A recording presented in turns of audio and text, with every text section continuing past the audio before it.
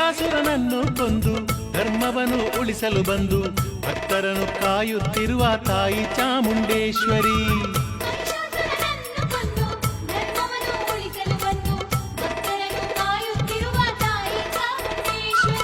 ಅಮ್ಮ ಚಾಮುಂಡೇಶ್ವರಿ, ತಾಯೇ ಚಾಮುಂಡೇಶ್ವರಿ, ಸಾವಿರ ಮೆಟ್ಟಿಲ ಬೆಟ್ಟದ ದೇವಿ ಚಾಮುಂಡೇಶ್ವರಿ.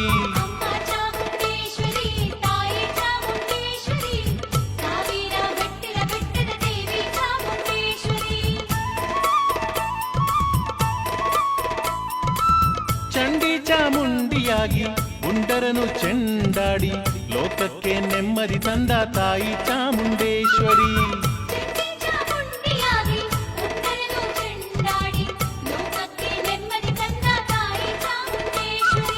ಅಮ್ಮ ಚಾಮುಂಡೇಶ್ವರಿ, ತಾಯೇ ಚಾಮುಂಡೇಶ್ವರಿ, ಸಾವಿರ ಮೆಟ್ಟಿಲ